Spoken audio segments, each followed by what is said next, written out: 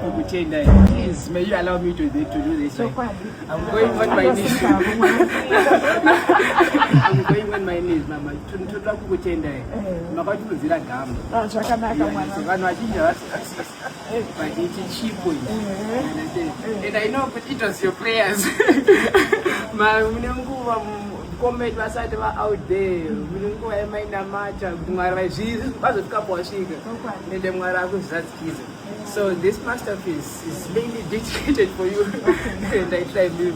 So rimwe side rinoshowa him. Then rimwe side isoja rinosakakure. Alright, so let me just show you. Alright, so it's like this.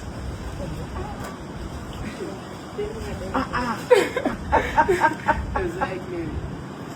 So, this is for you, Mama.